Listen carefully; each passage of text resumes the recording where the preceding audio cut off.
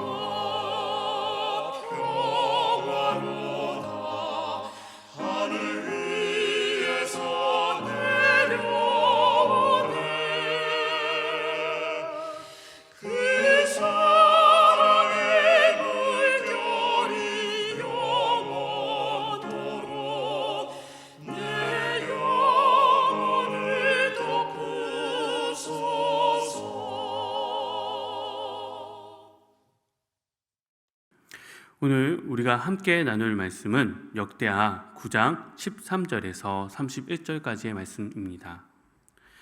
솔로몬의 세금의 무게가 금 666달란트요. 그 외에 또 무역상과 객상들이 가져온 것이 있고 아라비아 왕들과 그 나라 반백들도 금과 은을 솔로몬에게 가져온지라. 솔로몬 왕이 쳐서 느린 금으로 큰 방패 200개를 만들었으니 방패 하나에 든 금이 600세겔이며 또 쳐서 느린 금으로 작은 방패 300개를 만들었으니 방패 하나에 든 금이 300세겔이라. 왕이 이것들을 레바논 나무 궁에 두었더라. 왕이 또 상아로 큰 보좌를 만들고 순금으로 입혔으니 그 보좌에는 6층계와 근 발판이 있어 보좌와 이어졌고 낮은 자리 양쪽에는 팔걸이가 있고 팔걸이 곁에는 사자가 하나씩 섰으며 또 12사자가 있어 그 6층계 양쪽에 섰으니 어떤 나라에도 이같이 만든 것이 없었더라. 솔로몬 왕이 마시는 그릇은 다 금이요 레바논 나무 궁의 그릇들도 다 순금이라. 솔로몬 시대에 은을 귀하게 여기지 아니함은 왕의 배들이 후람의 종들과 함께 다시스로 다니며 그 배들이 3년에 1차씩 다시스 금과 은과 상아와 원숭이와 공작들을 실어 옮이더라. 솔로몬 왕의 재산과 지혜가 천하의 모든 왕들보다 큰지라. 천하의 열왕이 하나님께서 솔로몬의 마음에 주신 지혜를 들으며 그의 얼굴을 보기 원하며 각기 예물을 가지고 왔으니 곧 은그릇과 금그릇과 의복과 갑옷과 향품과 말과 노새라. 해마다 정한 수가 있었더라. 솔로몬의 병거매는 말의 외양간은 4천이요 마병은 12,000명이라.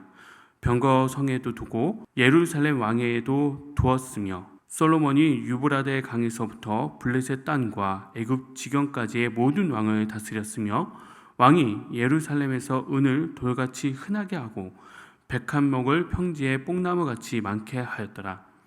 솔로몬을 위하여 애굽과 각국에서 말들을 가져왔더라.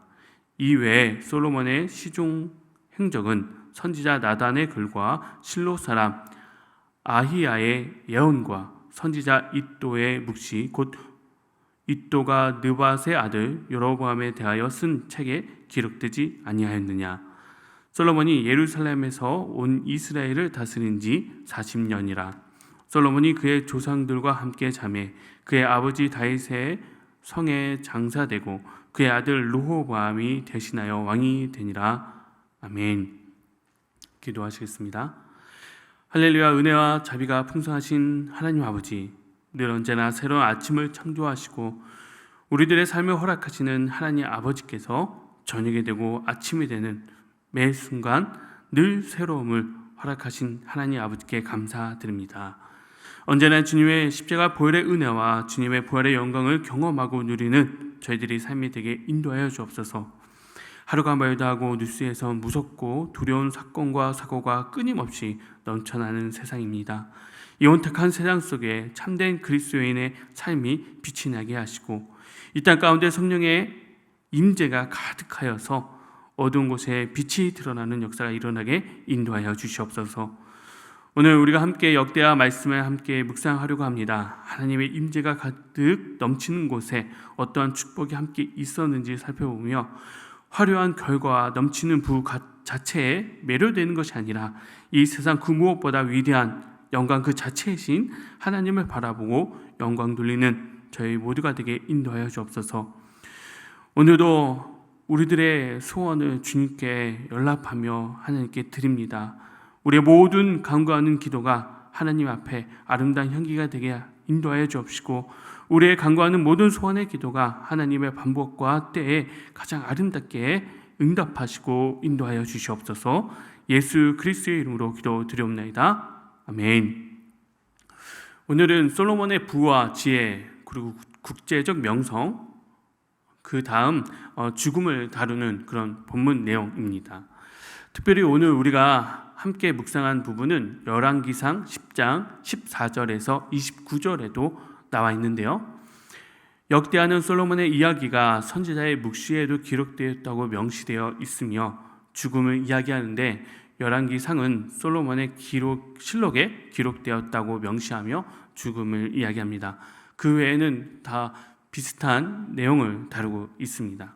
특별히 열왕기상은 그 이후 솔로몬의 타락에 대해 기록되어 있지만 역대하서는 이제 솔로몬의 이야기가 9장으로 마무리가 되는 차이가 또 있죠. 다윗과 솔로몬 시대의 영광은 단순히 과거가 아니라 하나님이 여전히 우리와 함께 하시고 회복할 수 있는 미래라는 희망을 주려는 의도인 동시에 구조적으로는 부와 지혜도 결국 하나님의 뜻 안에서만 의미가 있다라는 메시지를 하고 싶은 것입니다. 먼저 솔로몬은 국내외 수입을 모두 포함하는 국가 재정 수입 전체로 660달란트였다라고 이야기를 합니다. 지금 우리가 사용하고 있는 단위가 아니라서 크게 와닿지가 쉽지가 않죠. 그래서 열심히 이제 자료를 검색해서 우리가 이해하기 쉬운 단어로 한번 환산을 해 보았습니다. 정확한 수치는 아니고 대략적으로 이 정도, 쉽게 말해서 우리가 이해하기 쉽게 바꿨다라고 정도만 참고해서 들어주셨으면 좋겠습니다. 1달란트를 30에서 34kg의 무게로 보고 있는데요. 이왕 계산하는 거 큰 제 34kg로 계산을 하자면 666달란트는 약 22.6톤이 됩니다. 이스라엘의 1년 재정이 금으로 22.6톤 정도 되었다는 거죠. 대충 시세를 따져보면 대략 2,000조 규모가 됩니다. 어마어마한 양이죠. 그래서 또 한번 궁금해서 검색을 해봤어요. 작년 미국 1년 연방 세입이 6,000조였다라고 합니다. 참고로 우리나라는 2023년 자료가 있었는데 우리나라는 총 1년 수입이 624조였다라고 해요. 즉 어마어마한 정말 그 금액을 이스라엘, 이 솔로몬 시대에 거둬들였다라는 거죠. 당시 근처 나라를 생각해보면 이집트는 솔로몬 시대에 이미 쇠퇴기를 들어선 상황이고 이전 람세스 2세와 같은 전성기보다는 힘이 많이 약해진 상태였어요. 또 근처에 있는 이 메소포타미아 지역이죠. 바벨론이나 아시리아 이 왕국들도 기원전 10세기에는 아시리아는 아직 중기 아시리아 시대의 소강기였었고 바벨론도 쇠퇴기라 큰 세력을 발휘하지 못했다라고 합니다. 또 주변에 있는 두로와 시돈 역시 해상 무역 강국이었지만 영토가 작고 자원이 부족했으며 주변에 있던 나라들 전체가 다 솔로몬 왕조에 비하면 크게 부유한 나라는 없었습니다. 즉 그 당시 이 중동 지역의 솔로몬 왕국은 매우 큰 부를 축적하고 있었다는 것이죠. 그 외에도 무역업자와 상인들에게 금을 또 따로 받았고 아라비아 왕들과 이스라엘 땅의 장관들에게도 금과 은을 받았다라고 이야기합니다. 이 금이 얼마나 많은지 그 금으로 큰 방패 200개를 만들었다고 하죠. 그러면서 큰 방패당 600세겔의 금이 들어갔다라고 또 구체적으로 이야기합니다. 1세겔을 11.4g으로 보고 있는데요. 이 큰 방패가 600세겔이니까 약 6.8kg의 무게를 갖고 있는 방패, 그리고 작은 방패는 절반인 300세겔, 약 3.4kg의 방패였다라고 합니다. 또 이거를 지금의 금 시세로 환산을 하면 쉽게 말하면 큰 방패는 66억 정도 됐고요. 작은 방패는 33억 정도 되었다라고 합니다. 이런 큰 방패가 200개가 있고 작은 방패는 300개가 있다라고 합니다. 정말 어마어마하죠. 그런데 또 이게 다가 아니죠. 상하로 보좌를 만들었는데 거기에도 물론 금이 쓰여져 있고, 사실 지금도 그렇지만 상하는 당대 엄청난 부의 상징 중에 하나였습니다. 왕좌로 올라가는 6개의 계단은 화려하고 그 양쪽 끝에는 사자가 있는데 마치 이스라엘의 12지파를 의미하는 것처럼 12마리가 지금 장식되어 있죠. 그뿐 아니라 모든 그릇이 금이고 은이 막 귀하게 여기지도 않았다라고 합니다. 정말 금이 넘쳐나는 상황이죠. 다시스로 무역을 했다라고 표현하는데 그 당시 다시스는 쉽게 말하면 이스라엘 그 나라를 중심으로 볼 때 땅끝에 무역을 하고 있다라는 이야기입니다. 땅끝까지 무역을 하고 있다라는 이야기죠. 원숭이와 공작을 실어 달랐다. 이스라엘 입장에선 정말 엄청난 부와 권력을 지금 맞이하고 있다라고 이야기를 하고 싶은 것입니다. 솔로몬의 부에 대한 이야기가 끝나자 이제 솔로몬의 명성에 대한 이야기가 또 나오죠. 오늘 우리가 읽은 말씀 역대하 9장 22절인데요. 솔로몬 왕의 재산과 지혜가 천하의 모든 왕들보다 큰지라. 솔로몬은 모든 왕들 중에 가장 뛰어나고 그의 위상이 얼마나 대단한지 솔로몬의 지혜를 듣고 얼굴을 보기 위해 예물을 바쳐가며 찾아왔고 그의 군대 역시 당시 주변 나라의 중에서도 압도적으로 많았다라고 합니다. 정말 말 그대로 부와 명예, 강력한 군사력 그리고 외교 정치 그 무엇 하나 빠지거나 모자른 것 없는 완벽한 태평성대를 이루고 있는 것이죠. 그렇게 그 나라는 40년 통치되었다라고 이야기합니다. 그런데 이 정도의 부와 명예, 강력한 나라, 태평성대를 이룬 이 솔로몬보다 왜 사람들은 다윗을 더 인정하는 것일까요? 심지어 지금 현재 이스라엘 나라도 솔로몬 왕의 어떤 그 흔적으로 국가를 만들기보단 다윗의 흔적으로 국가를 만들고 있잖아요. 강력한 부와 명예가 있었고 하나님의 임재를 경험한 솔로몬이었지만 그의 부와 명예로 인해 하나님을 잊어버린 왕이기도 하기 때문이죠. 오늘 본문 말씀은 단순하게 생각하면 하나님의 언약의 결과 그 약속의 결과는 넘쳐나는 부와 명예를 얻을 수 있다는 희망을 말하는 것이기도 하지만 엄청난 부와 명예가 아무리 있어도 결국 하나님의 말씀을 잊어버린 사람들의 결과는 비참함과 그저 옛 영광만 그리워하는 한탄한 삶이 될 수도 있다는 사실입니다. 화려한 이면에 있는 말씀의 본질을 깨닫고 부와 명예로는 채울 수 없는 하나님의 임재를 따르지 않은 그런 주님의 귀한 백성들이 되었으면 좋겠습니다. 오늘 우리가 이 말씀 비록 어떠한 부 그리고 화려한 그 솔로몬의 왕국의 이야기를 우리가 묵상했지만 그 깊은 이면에 있는 그 화려함보다 그 부보다 더 뛰어나신 하나님을 바라보고 그 부와 명예, 그 권력, 그 모든 것을 사실 주실 수 있는 그리고 그 모든 것의 근원 되시는 우리가 그 하나님을 바라보고 하나님께 영광 돌리며 하나님을 의지하며 살아갈 줄 아는 저와 여러분들이 되었으면 좋겠습니다. 우리 다 같이 주기도문 하시겠습니다. 하늘에 계신 우리 아버지여 이름이 거룩히 여김을 받으시오며 나라가 임하시오며 뜻이 하늘에서 이루어진 것 같이 땅에서도 이루어지이다. 오늘 우리에게 일용할 양식을 주시옵고 우리가 우리에게 죄 지은 자를 사하여 준 것 같이 우리의 죄를 사하여 주시옵고 우리를 시험에 들게 하지 마시옵고 다만 악에서 구하시옵소서. 나라와 권세와 영광이 아버지께 영원히 있사옵나이다. 아멘.